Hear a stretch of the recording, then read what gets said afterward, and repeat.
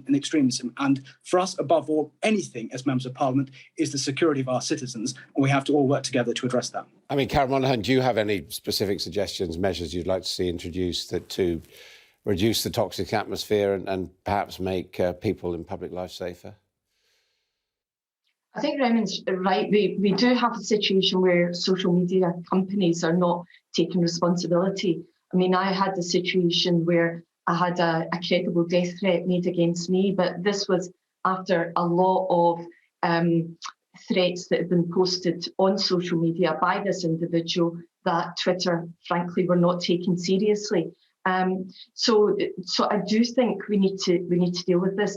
We should not, no individual should be able to hide behind an anonymous Twitter or Facebook account and then be free to abuse and intimidate anybody, because it's not just members of Parliament, it's anybody in the public eye. And we need to put protections in place. It's all very well talking about freedom of speech, but freedom of speech doesn't mean freedom to abuse, and it certainly doesn't mean doing it from an anonymous account. So I think James Murray, do you think it's a time to end anonymity on social media? I think the balance is clearly wrong now. I mean, if you were abusing someone in a shopping centre, you wouldn't be able to claim anonymity, but when you're abusing someone online, anonymity is still there. And I think the balance is clearly wrong. There are some subtleties around particular cases of anonymity for whistleblowers and vulnerable people and so on, but overall the balance is not right. I think the other really important thing which the government needs to do in bringing forward legislation about online safety and online harms is to make sure very much indeed. Let's bring in our political editor, Beth Whitby, for a quick comment. What do you think is going to come up?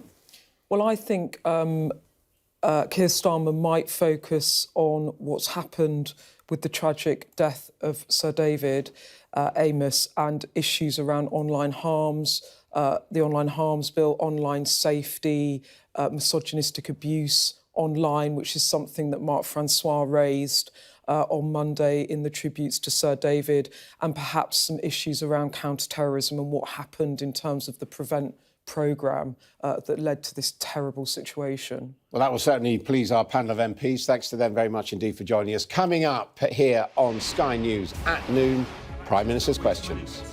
90% of waste in lower-income countries ends up being either dumped or burned and causing emissions.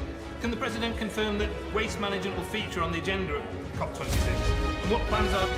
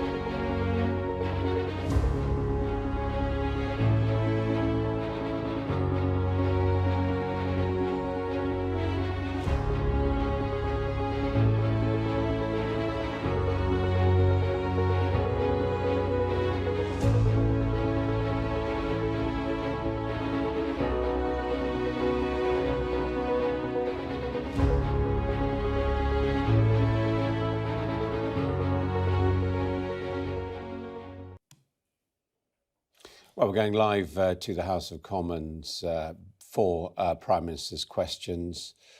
Prime Minister, a lot on his agenda today, and after Prime Minister's questions there will be a minute's silence followed by half an hour of tributes to James Brokenshire, the former Northern Ireland Secretary who died of cancer recently. Just seeing now Alok Sharma, the climate change envoy to the COP meeting in 2 weeks' time, finishing up answering questions. Beth Rigby, I mean, it has to be said, the government's announcements on reaching net zero yesterday got a pretty mixed reception. Yeah, there's a pathway to get it, but the question about how it's funded and the reliability of the technology and how much that will cost and how much it will cost the taxpayer are obviously very live questions, but it runs to 2050. So there's a roadmap, if you like, but the detail about how it actually happens and the cost to the taxpayer are still huge questions, with obviously the Chancellor and the Treasury also releasing a document which quite explicitly said that you might have to... Well, let's see if this comes up. Prime Minister's questions getting underway. Sir Lindsay Hoyle, the Speaker, setting the ball rolling. Is available to watch on Parliament Live TV. We now start with questions. Prime Minister Rachel Maskell. Thank you, Mr. Speaker. Number one, please. Prime Minister. Mr. Speaker, this morning I had meetings with ministerial colleagues and others. In addition to my duties in this House, I shall have further such meetings later today. Rachel Maskell. David Amos and James Brokenshire were both tragically taken from us. Both served this place with integrity and served their constituents well. And as we offer our heartfelt love and prayers to their families have offered us a new path to a new politics built on kindness and love. Mr. Speaker, Sarah Everard and Claudia Lawrence were both from York. And right now, women are feeling unsafe. Many women are unsafe. And the very people that should be protecting us are telling us to engage with potential perpetrators to identify them, to flag down a bus, or to know the laws of arrest better. Confidence in the police has taken its toll.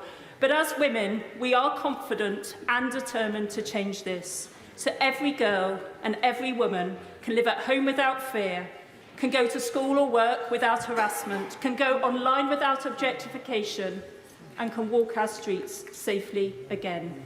What steps will the Prime Minister take to ensure women with lived experience can lead on this work, and by when? Prime Minister. I thank her very much for her question, and she raises a most important issue, Mr. Speaker, one of the most important that this country faces. And I want all people in this country, particularly women, to feel confident in our police force, and I believe that they can and that they should.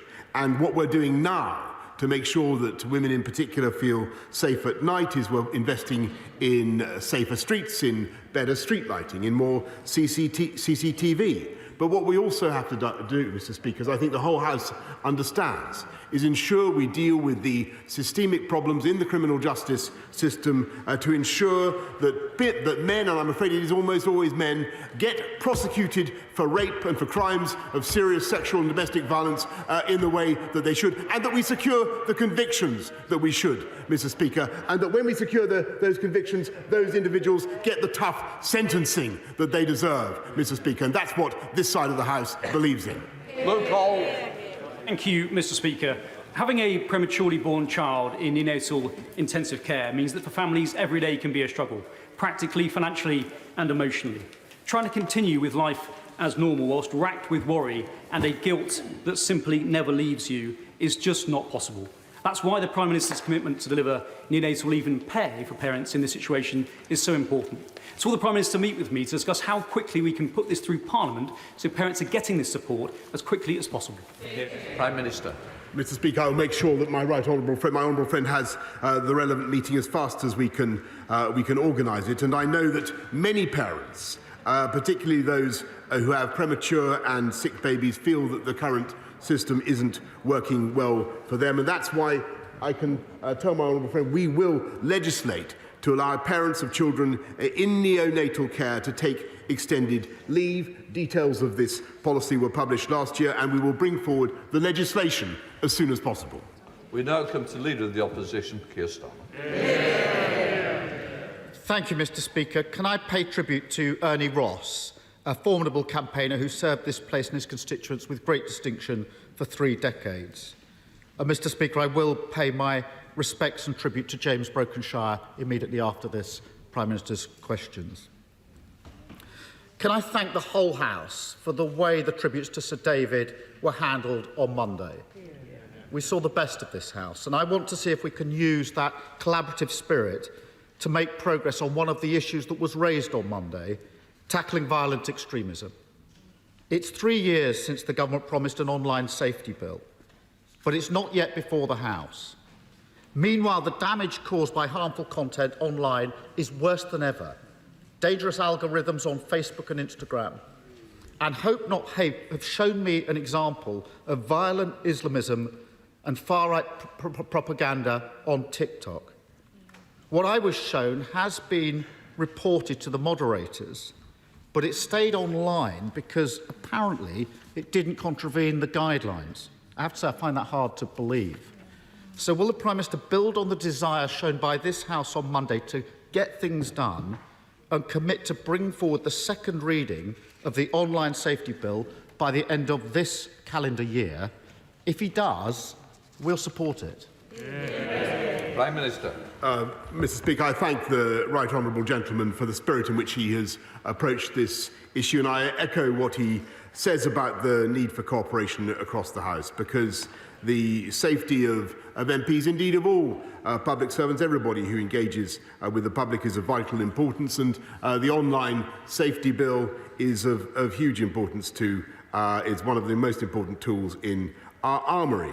And what we're doing is ensuring that we crack down on companies that promote illegal and dangerous content, and we'll be toughening up those provisions. But, Mr. Speaker, what we are also going to do is ensure that the online safety bill does complete its stages before this House, before Christmas. And I'm delighted, or rather, that we do bring forward bring it forward before Christmas in the way that he suggests. And I'm delighted, Mr. Speaker, that he is offering his support, and we look forward to that.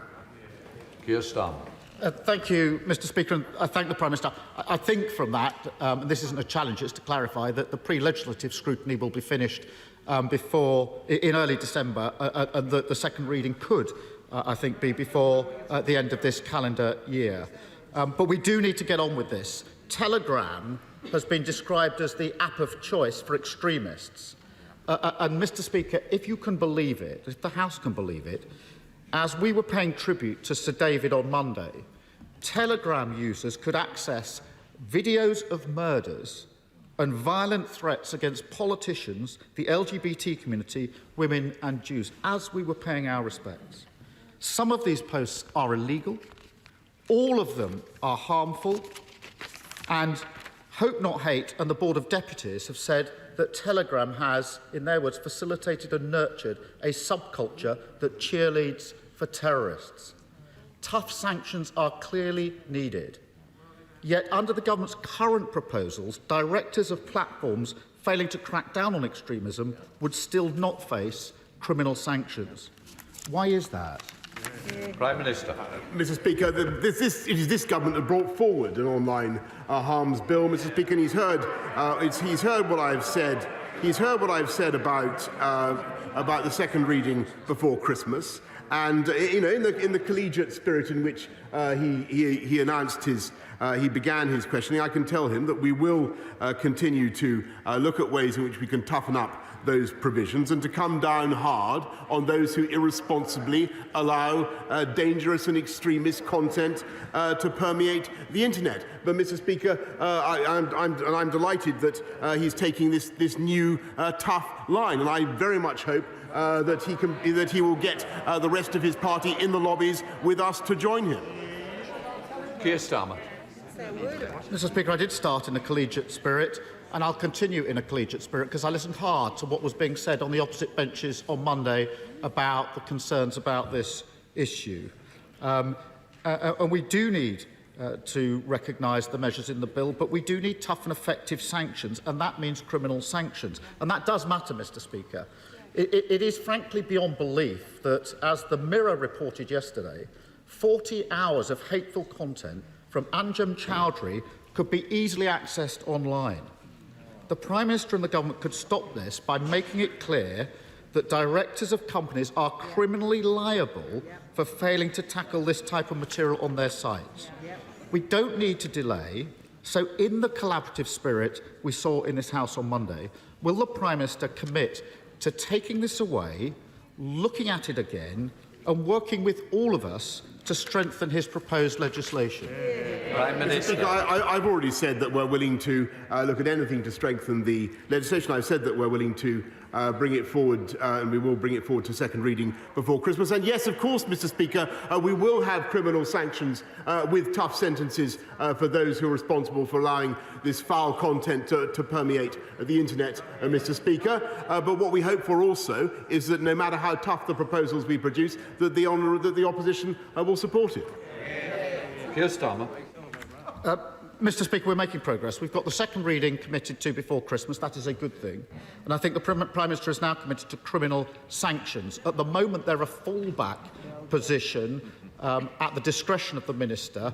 They should be, in my view, on the face of the bill as the automatic default for the failure to act. Now, if we're making progress on that, then we're beginning to address some of the issues that were identified across the House on Monday.